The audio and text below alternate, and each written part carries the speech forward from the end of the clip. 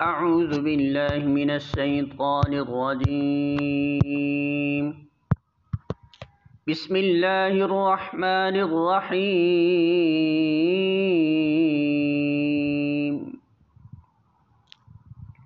من قبل هدى للناس وأنزل الفرقان. إن الذين كفروا بآيات الله لهم عذاب شديد والله عزيز ذو انتقام. سورہ آل عمران آیت نمبر 4. ترجمہ: اور اس نے وہ کسوٹی اتاری ہے جو حق اور باطل کا فرق دکھانے والی ہے۔ اب جو لوگ اللہ کے فرامین کو قبول کرنے سے انکار کریں ان کو یقیناً سخت سزا ملے گی۔ اللہ بے پناہ طاقت کا مالک ہے اور برائی کا بدلہ دینے والا ہے۔ سورۃ البقرہ حاشیہ نمبر۔ عام طور پر لوگ تورات سے مراد بائبل کے پرانے عہد نامے کی ابتدا 5 کتابیں اور انجیل سے مراد نئے عہد نامے کی 4 مشہور انجیلیں لے لیتے ہیں۔ اسی وجہ سے یہ الجھن پیش آتی ہے کہ کیا فی الواقع یہ کتابیں کلام الہی ہیں، اور کیا واقعی قرآن ان سب باتوں کی تصدیق کرتا ہے جو ان میں درج ہیں؟ لیکن اصل حقیقت یہ ہے کہ تورات بائبل کی پہلی 5 کتابوں کا نام نہیں ہے، بلکہ وہ ان کے اندر مندرج ہے، اور انجیل نئے عہد نامہ کی اناجیل 4 کا نام نہیں ہے، بلکہ وہ ان کے اندر پائی جاتی ہے۔ دراصل تورات سے مراد وہ احکام ہیں جو حضرت موسیٰ علیہ السلام کی بعثت سے لے کر ان کی وفات تک تقریباً 40 سال تک کے دوران میں ان پر نازل ہوئے۔ ان میں سے 10 احکام تو وہ تھے جو اللہ تعالیٰ نے پتھر کی لوح پر کنندہ کر کے انہیں دیے تھے۔ باقی ماندہ احکام کو حضرت موسیٰ علیہ السلام نے لکھوا کر اس کی 12 نقلیں بنی اسرائیل کے 12 قبیلوں کو دے دی تھی۔ ایک نقل بنی لاوی کے حوالے کی تھی تاکہ وہ اس کی حفاظت کرے۔ اسی کتاب کا نام تورات تھا۔ یہ ایک مستقل کتاب کی حیثیت سے بیت المقدس کی پہلی کتابائی کے وقت تک محفوظ تھی۔ اس کی ایک کاپی جو بنی لاوا کے حوالے کی گئی تھی، پتھروں کے لوحوں سمیت عہد صندوق میں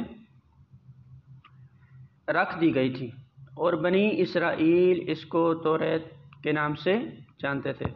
لیکن اس سے ان کی غفلت اس حد کو پہنچ چکی تھی کہ یہ یہودیہ کے بادشاہ یوسیہ کے عہد میں جب ہیکل سلیمانی کی مرمت ہوئی تھی تو اتفاق سے سردار کہن یعنی ہیکل کے سجادہ نشین اور قوم کے سب سے بڑے مذہبی پیشوا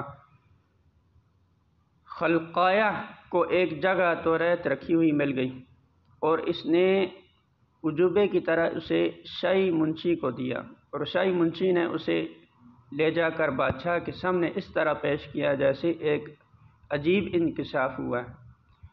ملاحظہ ہوں سلاطین باب 22 آیت 8 تا 13۔ یہی وجہ ہے کہ جب بخت نصر نے یروشلم فتح کیا اور ہیکل سمیت شہر کی اینٹ سے اینٹ بجا دی تو بنی اسرائیل نے تورات کے وہ اصل نسخے جو ان کے ہاں طاق نسیاں پر رکھے ہوئے تھے اور بہت تھوڑی تعداد میں تھے، ہمیشہ کے لیے گم کر دیے۔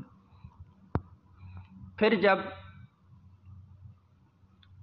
عزر اکاہن عزیر کے نام زمانے میں بنی اسرائیل کے بچے کھچے لوگ بائبل کی اسیری سے واپس یروشلم آئے اور دوبارہ بیت المقدس تعمیر ہوا، تو عزرا نے اپنی قوم کے چند دوسرے بزرگوں کی مدد سے بنی اسرائیل کی پوری تاریخ مرتب کی، جو اب بائبل کی پہلی 17 کتابوں پر مشتمل ہے۔ اسی تاریخ کے 4 باب یعنی خروج،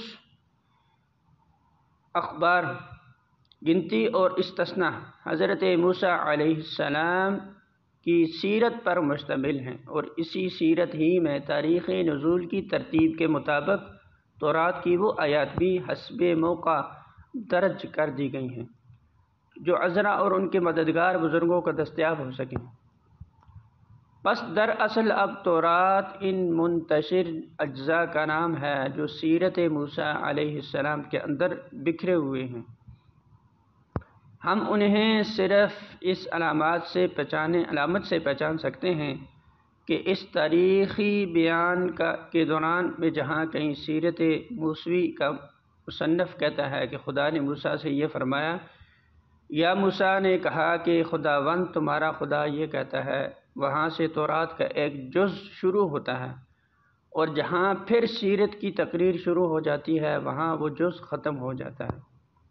بیچ میں جہاں کہیں کوئی چیز بائبل کے مصنف نے تفسیر و تشریح کے طور پر بڑھا دی ہے، وہاں ایک عام آدمی کے لیے یہ تمیز کرنا سخت مشکل ہے کہ آیا یہ اصل تورات کا حصہ ہے یا شرح و تفسیر۔ تاہم جو لوگ کتب آسمانی میں بصیرت رکھتے ہیں وہ ایک حد تک صحت کے ساتھ یہ معلوم کر سکتے ہیں کہ ان اجزاء میں کہاں کہاں تفسیری و تشریحی اضافے ملحق کر دیے گئے ہیں۔ قرآن انہیں منتشر اجزاء کو تورات کہتا ہے اور انہی کی وہ تصدیق کرتا ہے، اور حقیقت یہ ہے کہ ان اجزاء کو جمع کر کے جب قرآن سے ان کا مقابلہ کیا جاتا ہے تو بجز اس کے بعض مقامات پر جزوی احکام میں اختلاف ہے۔ اصولی تعلیمات میں دونوں کتابوں کے درمیان یکسو فرق نہیں پایا جاتا۔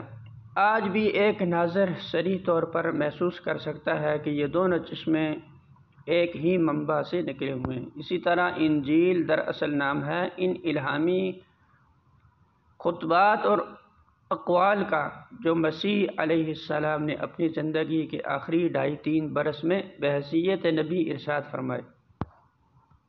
وہ کلمات طیبات آپ کی زندگی میں لکھے اور مرتب کیے تھے یا نہیں، اس کے متعلق اب ہمارے پاس کوئی ذریعہ معلومات نہیں۔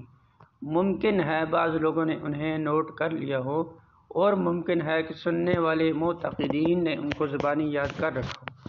بہرحال ایک مدت کے بعد جب آن جناب کی سیرت پاک پر مختلف رسالے لکھے گئے تو ان میں تاریخی بیان کے ساتھ ساتھ وہ خطبات اور ارشادات بھی جگہ جگہ حسب موقع درج کر دیے گئے ہیں جو ان رسالوں کے مصنفین تک زبانی روایات اور تحریری یادداشتوں کے ذریعے سے پہنچے تھے۔